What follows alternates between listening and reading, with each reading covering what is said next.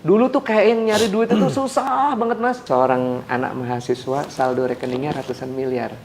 Jadi teman-teman nih yang lagi stuck nih, bisnisku kok nggak maju-maju nih, lunasin utang kok susah banget gitu ya. Coba.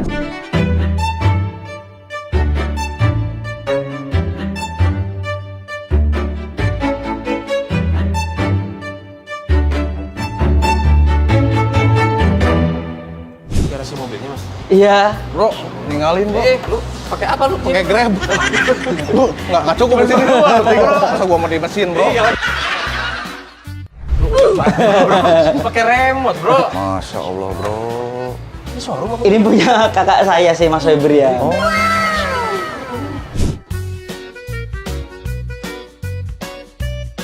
Mau berenang gini ya? Bukan. Selama ikan. Hei. Assalamualaikum Mas Febri. Assalamualaikum. Wah, ini yang punya rumahnya guys. Bisa nggak disuruh masuk mas? Oh, guys, masuk guys. Pakai aja. Ah, jangan mas. Udah nggak apa-apa pakai aja. Lepas aja. Tuh, ini sayang mas. Ini kalau di rumah gua jadiin meja makan guys. Assalamualaikum warahmatullahi wabarakatuh Mas Febri. Waalaikumsalam warahmatullahi wabarakatuh. Alhamdulillah sehat Kang. Manggilnya Kang atau AA nih? Ah, bebas lah. Ini saya lihat rumahnya ya Allah. Ini kayak rumah-rumah yang di istana-istana gitu ya. Ini luasnya berapa nih mas? Kalau luas tanah 1.500 kurang lebih. Terus bangunan? Luas bangunan 3.300. Ini soalnya ini lantainya aja ini Marmer ya? Marmer. Iya. Meja makan saya pakai marmer mas Kang di rumah nih. Seriusan bener. Langsung aja lah to the point. Mas Febri, latar belakangnya tuh memang udah kaya seperti ini gitu. Dengar-dengar tuh anak dari supir bis Damri katanya ya. Betul, betul. Jadi saya aslinya dari Solo. Bapak saya sama bapaknya Mas Randu, sopir bis Damri. Kemudian saya sama Mas Randu ngerantau ya ke Bandung. Kita alhamdulillah diterima di Institut Teknologi Bandung. Saya angkatan 2002, Mas Randu angkatan 2003. Nah, meskipun dulu pas SD, SMP, SMA-nya saya jauh lebih berprestasi dari Randu, tapi pas kuliah kebalik. Jadi saya pas SD, SMP, SMA dulu memang selalu ranking 1 ya, nggak pernah enggak. Dan alhamdulillah pas NEM juga tertinggi se-Solo, se-Jawa nomor 4 atau nomor 6 ya waktu itu. Nah, kalau Mas Randu ini kalau di SMA termasuk yang anak-anak yang sedikit bandelnya di sana. Terkenalnya anak bandel gitu ya. Tapi alhamdulillah begitu hijrah ke Bandung itu kedewasaannya berubah. Kalau anak masuk ITB kira-kira orang tua bahagia nggak? Bangga. Pasti. Bangga bahagia ya. Tapi yang terjadi saya ingat sekali ya, mama saya itu justru malah menangis. Waktu saya masuk ITB terus susul Randu masuk ITB itu mama saya malah menangis karena nggak ada biaya. Saya sama Randu itu belum pernah keluar jalan-jalan keluar kota yang jauh sekali gitu ya. Biasanya anak kalau dari kampung ke kota itu pasti orang tua nganterin dong. Nggak mungkin enggak ya. Yang terjadi adalah saya sama Randu itu berangkat sendiri. Karena memang orang tua nggak ada biaya sama sekali buat nganterin. Karena kondisi waktu SMA itu, jadi memang bapak saya sakit-sakitan sampai beliau almarhum wafat. Sakit-sakitan terus, jadi memang nggak bisa kerja. Dan mama saya sebagai jahit baju ya. Jahit baju, daster, batik gitu. Jadi tukang jahit Ngobras. gitu. Ngobras. Akhirnya saya sama Randu kuliah di Bandung dan masih ada satu kenangan yang inget banget ya. Saya sama Randu itu kalau saya inget Randu zaman dulu, saya masih inget posisi wajahnya gitu ya. Bayangin kita naik kereta ekonomi nggak bayar mas. Kenapa tuh mas? Nggak ada duit, 24.000 padahal tiketnya ya. Masih inget nggak? Sembunyi di WC. Sembunyi di WC. Digedor-gedor WC sama ekonomi ini itu bohong. jangan diikutin ya teman-teman ya. Tapi ini adalah pengalaman hidup saya sama Mas Randu. Randu masih ingat nggak? Dulu Iyalah, masih. ngumpet di WC. Bau. Kereta Ya. ekonomi, bayangin kalau ekonomi sekarang bagus, Iya. udah AC. Kereta ekonomi zaman saya sama Randu dulu kuliah tahun 2003 2004 itu bau sekali, panas, nggak ada AC-nya gitu. Bayangkan untuk beli tiket kereta yang waktu itu kereta ekonomi Kahuripan namanya. Nyampe di Bandung, kita nggak tahu mau tinggal di mana. Belum tahu ya itu Belum ya. tahu. Tujuannya apa gitu, Buta, ya. belum tahu Bandung itu seperti apa, di mana. Tapi alhamdulillah Saya ucapkan terima kasih sama senior dulu SMA 3 Solo ngebantu kita menampung nampung kita gitu ya selama beberapa bulan. Akhirnya kita ngekos sendiri dengan akhirnya kita bisa ngekos dengan kosan yang cukup mewah. Mepet banget lah pokoknya. 750.000 setahun. 7 tahun. Masih ada nggak kosan segitu? Nggak ada. Nggak ada sebulan. ya. Kebayang segini nih. Kayak gini. Nggak, Sempit sebenarnya itu ada teman-teman ngontrak rumah terus ada spot dikasih triplek buat Kasih kita triplek kamar. buat kita. Kita jadi cuma nambahin dikit lah. Jadi Ini bisa lah dibikin kamar dikasih di triplek. triplek pakai itu. Jadi dulu kita tidurnya itu Tanahnya masih cor-coran ya? cor-coran. Cor-coran. Ya, Jadi tapi nggak kita ada bersyukur lah. keramiknya. Toilet di luar. Ya pasti. Nggak mungkin di dalam bro, umur segitu. Di luar rumahnya. Iya bener di luar rumah yang kita kontrak. Jalan yang kami pilih cukup berbeda. Kalau saya dengan kondisi yang seperti itu, saya dari kuliah saya sibuk bisnis. Karena saya merasa bahwasanya orang tua saya nggak sanggup biayain gitu kan. Akhirnya saya terjun bisnis. Randu juga sama sebenarnya bisnis, tapi dia nggak terlalu serius di bisnisnya. Dia lebih serius kuliah. Akhirnya dia lulus di Teknik Fisika ITB dengan predikat yang cukup terbaik waktu itu. Kalau saya drop out. Iya, kalau saya drop out. Tapi saya drop outnya bukan drop out yang memalukan, karena saya sudah ngambil SKS itu sampai 140-an SKS.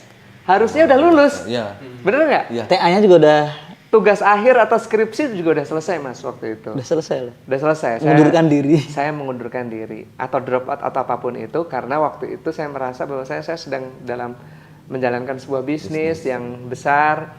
Ya akhirnya saya jalankan 2007 sampai tahun 2011 dengan omset yang sangat besar sekali sampai saya diundang di Kick MD. Seorang anak mahasiswa saldo rekeningnya ratusan miliar.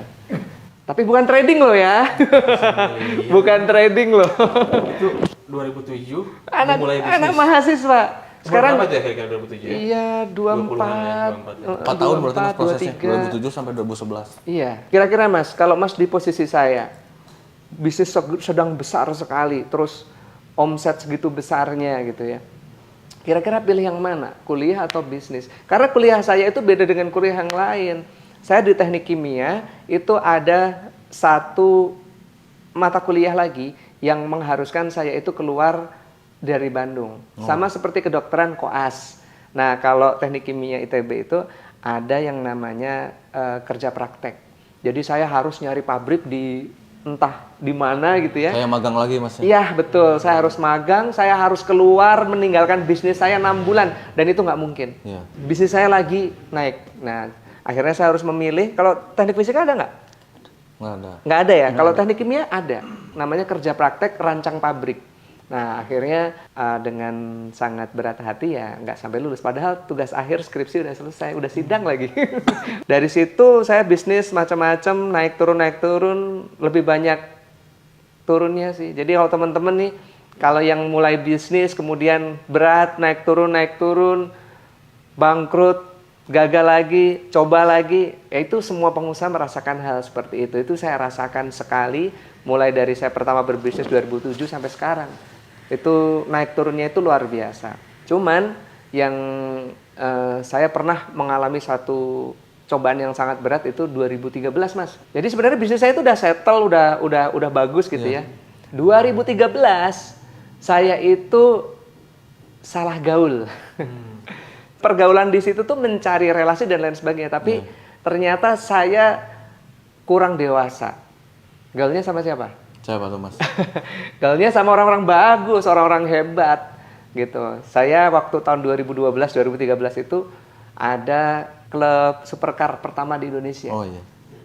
Pertama kali klub Lamborghini Ferrari yang ramai banget di Indonesia itu kan 2013-2012. Saya beli mobil waktu itu pertama kali Lamborghini Murcielago. Masih ada sekarang mas? Udah Oh, dijual. udah dijual. Waktu itu dibeli sama Pak Bamsud yang beli Lamborghini Murcielago saya. Berapa itu harganya mas? 2013? Murah sih, di bawah 5M lah. Murah. Oh.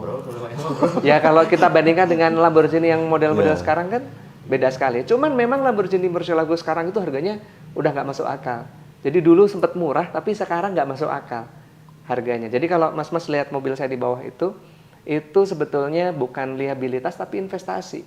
Karena saya dari 10 tahun yang lalu main supercar, kemudian saya jual unitnya, saya belum pernah mengalami saya jual itu dengan harga lebih murah, belum pernah. Naik tuh. Iya, kalau Mas biasa jual mobil dipakai setahun, 2 tahun, 3 tahun, harganya naik atau turun? Turun ya.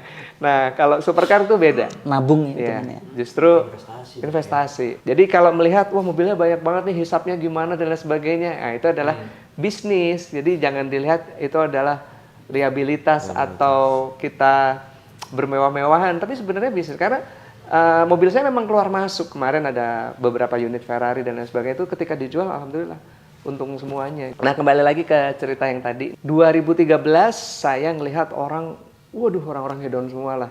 Ternyata saya levelnya masih jauh sama mereka gitu ya. Wah, mobilnya pokoknya Lamborghini yang terbaru dan lain sebagainya gitu. Dan saya melihat mereka semuanya ketika ngobrol itu, ternyata kebanyakan memang mobilnya, mohon maaf nih, leasing semua gitu ya. Cicilan semua gitu. Sedangkan saya waktu itu memang beli cash. Nah, saya tergoda, Mas. Akhirnya saya ambil, waktu itu kalap lah istilahnya kayak gitu ya. Saya ngambil Lamborghini Aventador, harga 11 miliar, 4,5 miliar DP-nya. Terus cicilan itu sebulan itu 275 juta.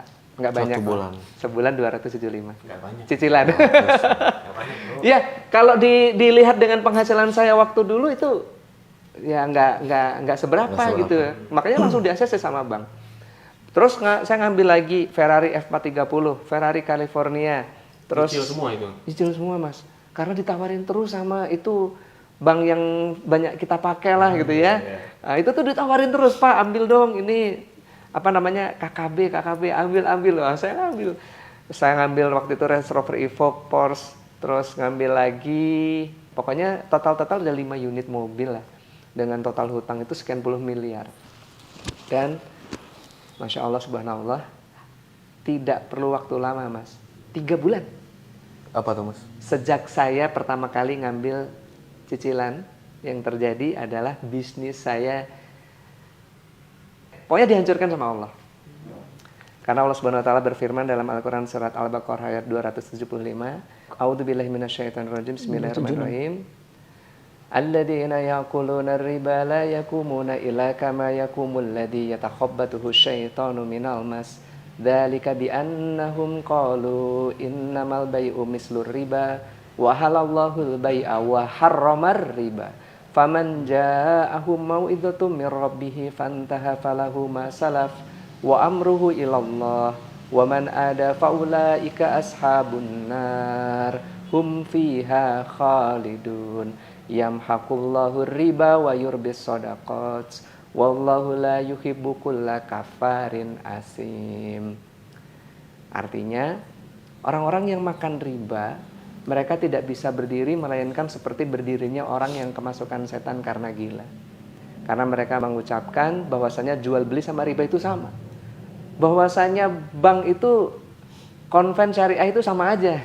Walallahul bai'a wa harrama riba. Padahal jelas Allah itu telah menghalalkan jual beli dan mengharamkan riba. Jadi riba itu jelas haram. Peringatan bagi pelaku riba di ayat ke-276-nya, yamhaqullahu riba wa yurbis shadaqat. Allah akan memusnahkan riba. Wah, itu udah ancaman Allah itu. Al-Baqarah 276, yamhaqullahu riba. Orang yang makan riba pasti dihancurkan. Kalau enggak berarti istidraj. Kalau istidraj berarti dia nanti dipol-polin di dunia untuk memaksimalkan azabnya di neraka nanti. Kita kan nggak mau gitu kan. Nauzubillahi min dzalik. Nah, makanya kalau orang-orang seperti kita ini, orang yang disayang sama Allah ini, kalau kita berbuat salah, sama seperti seorang orang tua yang sayang sama anaknya. Kalau anaknya berbuat salah, ngebut-ngebutan di jalan, nggak pakai helm. Wah, itu kalau anak saya ambil, saya gamparin pantatnya gitu kan. Apakah saya jahat sama anak saya? Enggak, karena saya sayang sama dia. Kalau dia kebut-kebutan di jalan, nggak pakai helm, ya celaka nanti dia. Teman-teman nih yang ngambil riba, kemudian kok bisnisnya malah melempem. Nah, itu Allah sayang sama teman-teman. Allah akan memusnahkan harta riba gitu. Jadi saya doakan teman-teman yang memulai usahanya bisa tanpa riba, insya Allah. Karena ketika teman-teman mulai usaha dengan riba, bukan untung yang didapat, tapi buntung. Itu yang saya alamin. Saya dulu merasa bahwasanya bisnis saya ini kalau saya ngambil ruko, saya ambil ruko sampai 24 unit. Di Surapati Kor itu. Semuanya riba. Ngambil mobil, pokoknya hutang saya itu puluhan miliar lah waktu itu. Dengan cicilan per bulan itu lebih dari 2 miliar. Allah mengingatkan saya dengan seketika. Bisnis hancur semuanya. Pendapatan yang tadinya miliaran per bulan jadi nol. Jadi yang tadinya kita dimuliakan menjadi dihinakan. Buka pintu langsung. Orang-orang di depan rumah pakai jaket hitam. Jaket kulit ya, jaket kulit itu. Itu sehari bisa 4-5 bang. 4-5 bang. Iya. Saya drop itu 2013 sampai 2017, Mas. Ya, kita akhirnya alhamdulillah 2017 saya dikenalkan sama sahabat saya namanya Pak Haji Suroto. Beliau ngajak saya sama Mas Randu itikaf. Termasuk nanti malam kita Dery itikaf. Sulaiman. Sama Bang Dery Sulaiman juga. Nah, dari 2017 ke 2019 lah itu mulai ada perbaikan-perbaikan ekonomi dan hutang lunas semuanya alhamdulillah. Kita sedekah yatim dan lain sebagainya.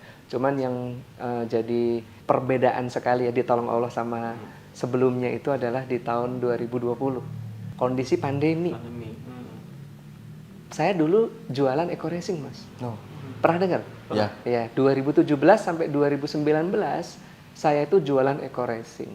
Makanya saya bilang tadi kan 2017 saya diajak itikaf, disitulah muncullah eco racing.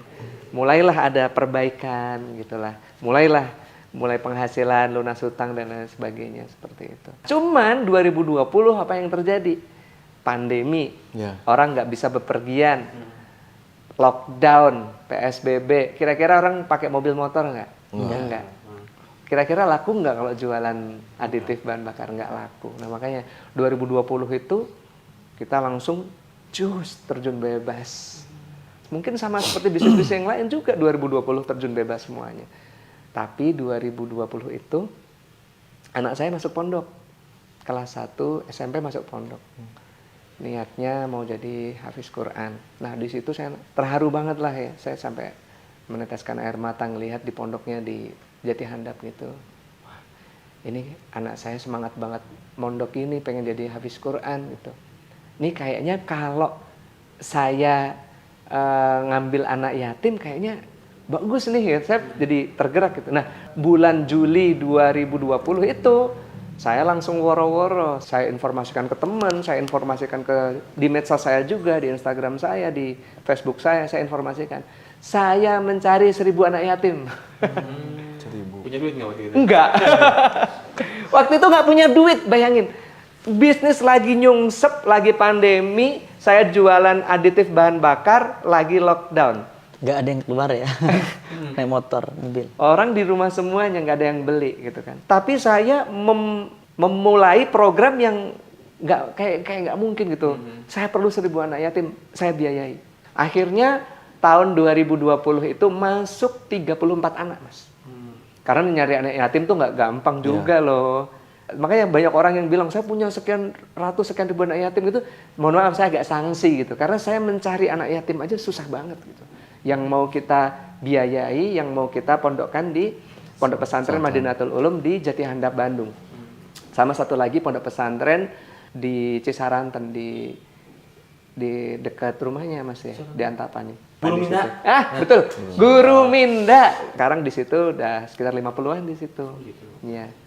Yang tahun ini ya, itu dari seluruh Indonesia Mas, nggak cuma dari Bandung, ada yang dari Padang, ada yang dari Riau gitu ya. Kita tiket pesawat saya bayarin semuanya. Per anak itu biaya itu per bulan itu 1,5 sampai 2 juta per anak. Kalau 10 anak aja udah 20 juta. Belum tiket pesawatnya, kalau dia mudik lebaran itu kan harus kita bayarin gitu kan. Saya mondokinnya pun bukan di pondok pesantren yang biasa, tapi pondok pesantren yang cukup bagus gitu. Di pondok pesantren yang anak saya mondok di sana juga. Ya ayyuhalladzina amanu in tansurullaha yansurukum wa yusabbit aqdamakum. Al-Quran Surat Muhammad ayat 7. Barang siapa yang menolong Allah, menolong agama Allah, maka Allah akan menolongnya dan memberikan kedudukan di muka bumi. Itu saya rasakan dalam hitungan cuma beberapa bulan. Setelah itu, nah akhir tahun, pupuk saya meledak. Booming. Pupuk? Iya, saya jualan pupuk. Ini nggak ada produknya ya. Iya. Selain produk ini tuh kita jualan pupuk. Pupuk apa Mas? Pupuk semua jenis tanaman Mas. Padi, sayuran, kopi, dan yang lagi booming sekarang sawit. Nama pupuknya apa? Eco farming. Iya. Kalau kita ngomong pandemi, orang tetap makan. Meskipun dia tidak bepergian, artinya pertanian tetap jalan seperti biasa. Gitu. Dan alhamdulillah Allah menolong kita. Pupuk eco farming ini booming sekali. Selain produk-produk saya yang lain, ya ini produk-produk yang lain. Gitu. 2021, nah saya mulai pembangunan rumah ini. 2021 ini cuma setahun ngebangunnya. Jadi gini Mas, saya kemarin Ustadz Lukmanul Hakim ke kantor, Ustadz Lukmanul Hakim Pontianak.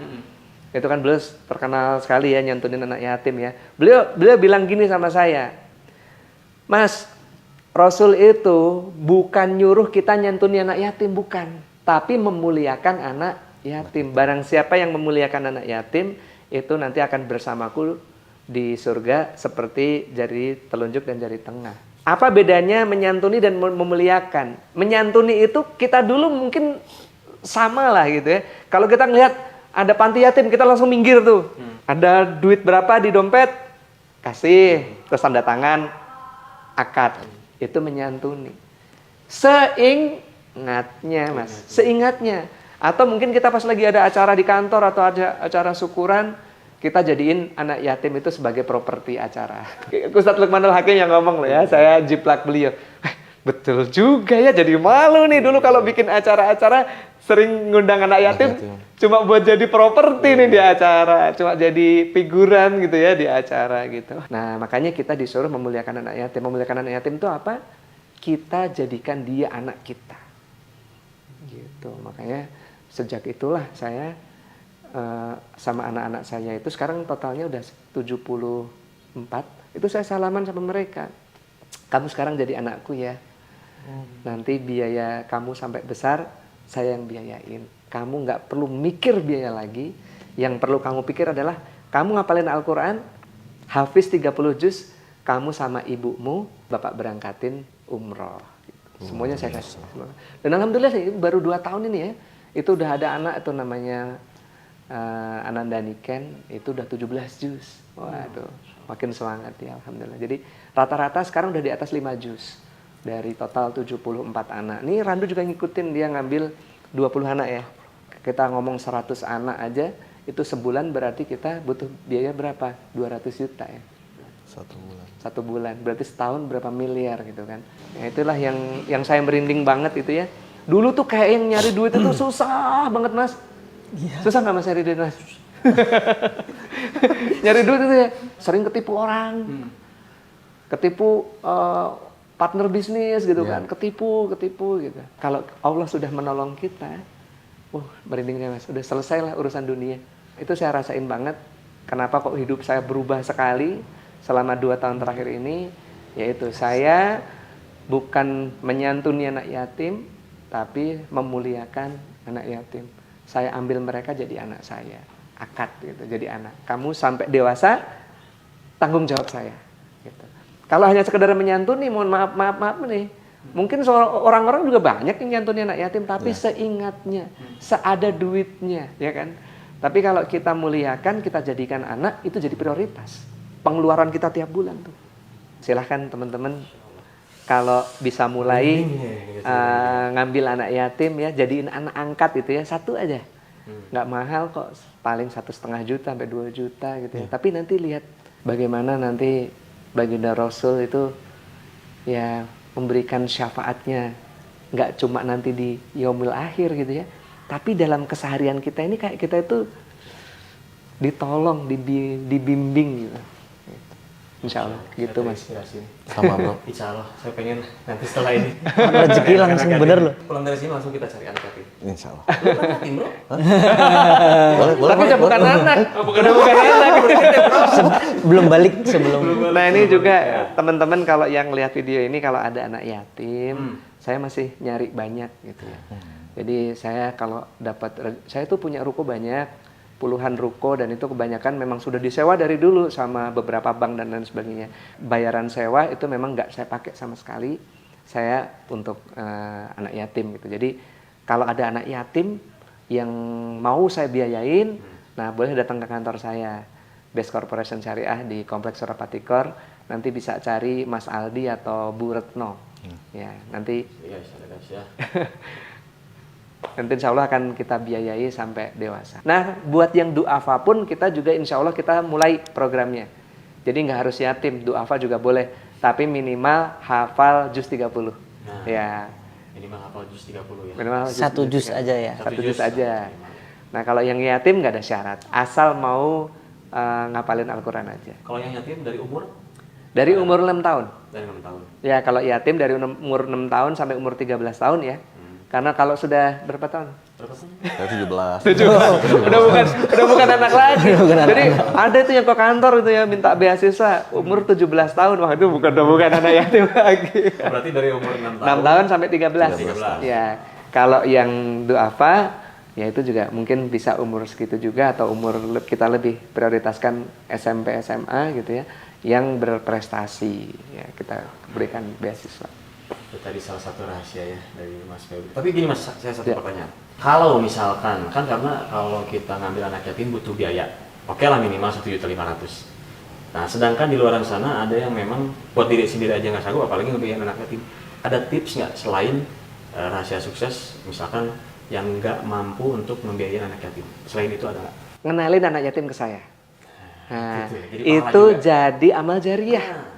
Jadi aman. Jadi anak yatim yang teman-teman kenalin ke saya, terus anak yatim tersebut saya biayai, pahalanya juga ngalir ke yang ngenalin. Masya Allah. Sanatnya masuk. Iya, ngalir juga ke yang ngenalin. Yang jadi wasilah amal kebaikan juga. Gitu, insya Allah. Gua nanti mau ngenalin sama Mas Febri aja dulu. Boleh. Berkah-berkah. Lu udah sanggup bro? Hah? Lu udah sanggup? Oh iya, insya Allah bro. Insya Allah, Insya iya. Allah. Banyak cicilan sih lu. Belum buka kartu bro. Mas Nando, gimana nih Mas Nando nih? Ada yang mau di-share juga nggak? Mas Nando? Saya sebenarnya cuma ngikutin beliau aja. Saya belajar dari beliau itu teladan bagi saya. Dan ternyata saya berusaha mengikuti, saya ngambil anak yatim juga bener rezeki ngocor tadi sempat main ke rumah saya ya. Banyak beras di rumahnya loh. Berasnya banyak banget. Mari kita main sana ya. Berasnya banyak banget. Terus tadi ada tempat fitness gratis juga. Masya Allah. Ini adik kakak menjadi inspirasi buat kita semua. Luar biasa. Ya memang Mas, jadi kalau kita sedekah bahan makanan itu dibayarnya sama Allah itu kontan. Saya dari dulu sering sedekah, tapi sedekahnya uang gitu ya. Dan salah lagi sedekahnya. Ke ustadz-ustadz terkenal. Saya dulu kan dari dulu tuh pas lagi banyak duit dulu gitu ya, mainnya sama ustadz-ustadz terkenal, sedekahnya lewat beliau sampai miliar-miliaran gitu ya. Kalau kita mau terjun langsung gitu ya, itu Allah akan melihat gitu. Jadi nggak kita cuma nitip sedekah gitu ya. Nah ini mama saya kondisi sangat minus sekali ya. Ini yang saya masih ingat sampai detik sekarang nih. Kondisi masih minus. Saya sama Randu dulu, masih ingat nggak dulu kita zaman kecil kalau makan biasanya pakai apa dulu? Iya, satu telur aja dibagi. Ya, satu telur dibagi bertiga, terus nasi, sayur sop, tempe pakai kecap. terus pakai kerupuk gitu doang. Jarang banget kita makan ayam itu sebulan sekali ya. Makan ikan itu mungkin sekian bulan sekali gitu. Daging. Ya, tapi dengan kondisi yang seperti itu, mama saya, semoga Allah selalu berikan kesehatan dan umur yang panjang buat beliau. Beras ya, satu karung gitu ya. Nggak mahal lah beras satu karung. Sekarang beras satu karung paling 50.000 5 kilo. Ya. Diplastikin kecil-kecil. Mungkin satu karung itu jadi 50 atau jadi apa? Dibagiin ke tukang-tukang beca. Nah, itu mama saya itu kerjaannya. Dari zaman kita susah. Nah, kalau sekarang ya jangan ditanya. Wah, bagiinnya ya berkarung-karung lah di rumah sekarang gitu. Allah Subhanahu wa taala berfirman dalam Al-Qur'an surat Al-Ghafir surat 40 ayat 79 dan ayat 80. A'udzubillahi minasyaitonir rajim. Allahul ladzi ja'ala lakumul an'ama litarkabu minha wa minha ta'kulun. Walakum fiha manafi'u wa litablughu 'alaiha hajatan fi sudurikum wa 'alaiha walal fulki tuhmalun. Ini ada satu ilmu lagi, boleh nggak nih? Boleh. Nah, saya itu ngalamin banget perubahan ya, yang tadinya jualan susah, tahu-tahu orang malah rebutan gitu ya. Dulu kita nawarin produk itu orang ini barang apa gitu, bahkan produk saya dibully di medsos dan lain sebagainya. Tapi sekarang datang ke kantor bawa truk buat beli pupuk itu bawa truk gitu, rebutan.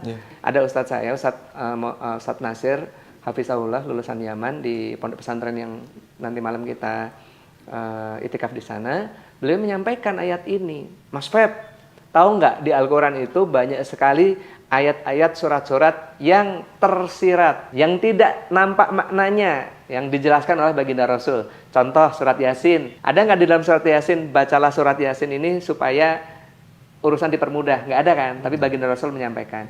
Surat Al-Mulk, ada nggak di dalam 30 ayat surat Al-Mulk itu disampaikan, bacalah 30 ayat ini supaya terhindar dari azab kubur? Nggak ada, tapi baginda Rasul menyampaikan. Tapi ada satu ayat Mas, yang ayat ini tersurat, yaitu tersampaikan langsung. Nah, kalau kita amalkan insya Allah dahsyat ini. Ya, apa Ustaz? Ini Al-Ghafir ayat 79 dan 80. Allahul ladzi ja'ala lakumul an'am. Allah yang menciptakan binatang ternak, litarkabu minha wa minha ta'kulun, untuk kalian kendarai dan kalian makan.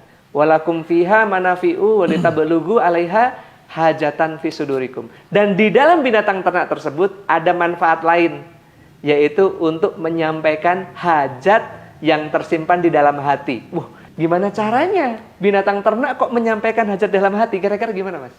Kata beliau caranya, satu, dibeli dulu. Beli binatang, domba ke, ayam ke. Udahnya gimana Tat? Disembelih.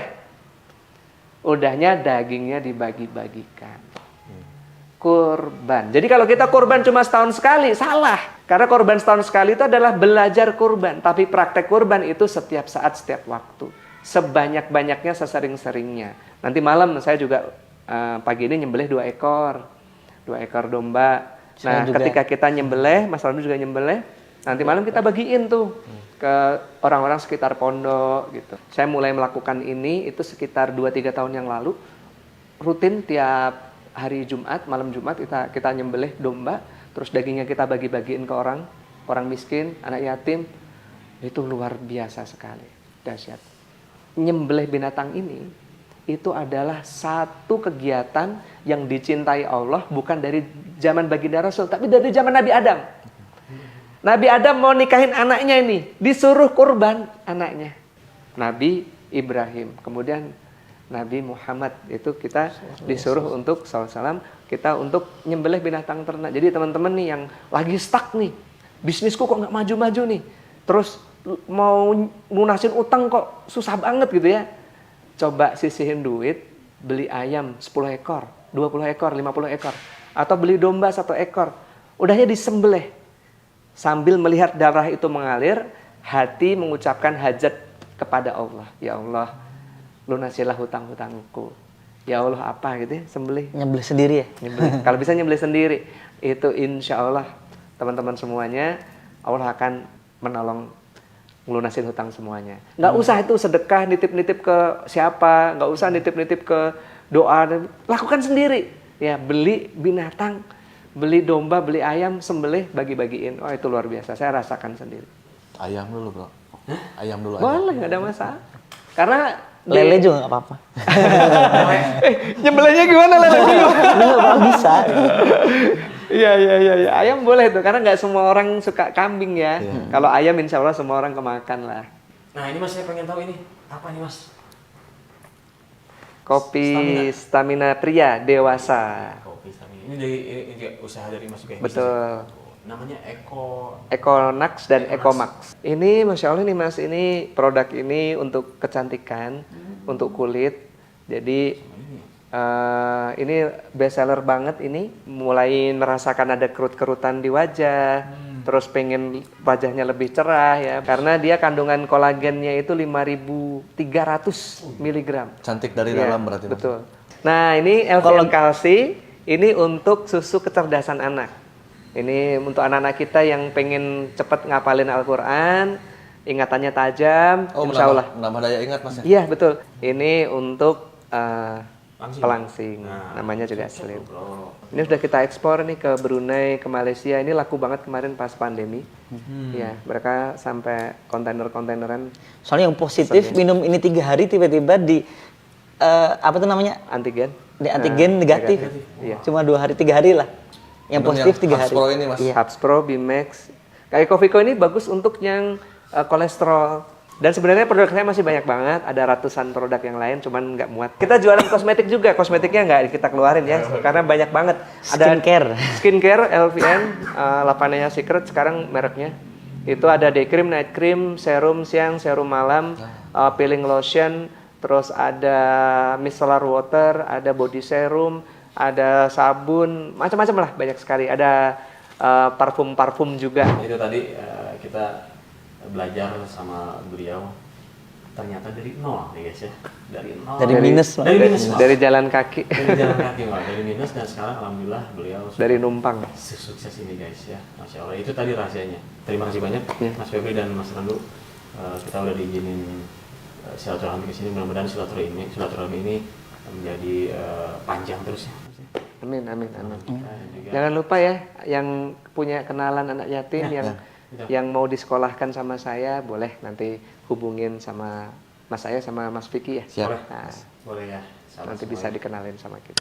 Ya nanti tiket pesawatnya pun kita tanggung, Oh, kita biayain. Buat kalian langsung aja follow Instagramnya Mas Febri di sini di bawahnya, dan juga Mas Randu. Terima kasih. Assalamualaikum warahmatullahi wabarakatuh. Waalaikumsalam warahmatullahi wabarakatuh.